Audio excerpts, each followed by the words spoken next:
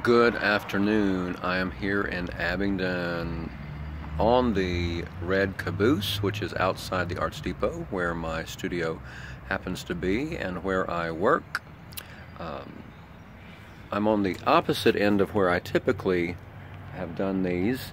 This is the Pretty Depot, the People Depot over there.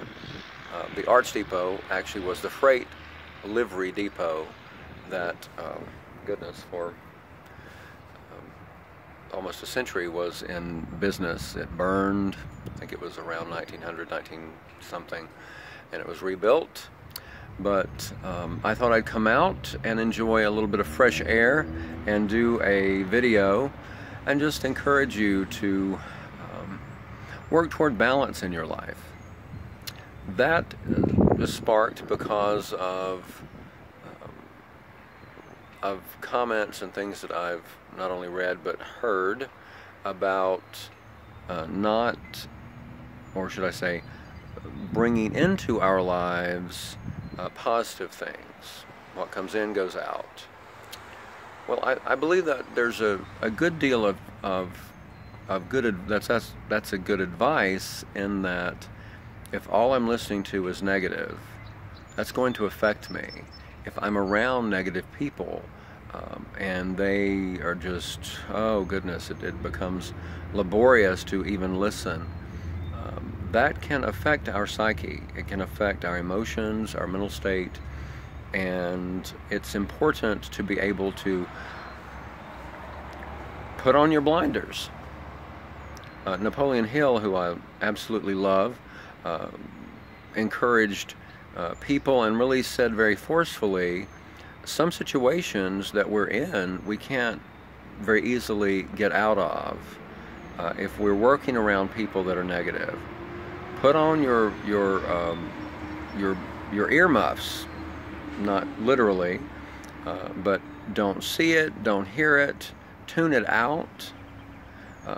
To me, a good example is living next to the racetrack or the railroad track, and the trains go by and we hear them, but suddenly it's not the same way, that we become accustomed to it. I become accustomed to it. When I lived in Thomasville, North Carolina, I lived very close to the railroad track near downtown, and it got to the point where I didn't even notice it. So literally, don't notice it. Just tune them out, because it's important. It is also very important to be aware of what's going on in our world. And often, news organizations have found that the negative news, things that are, what's a good word?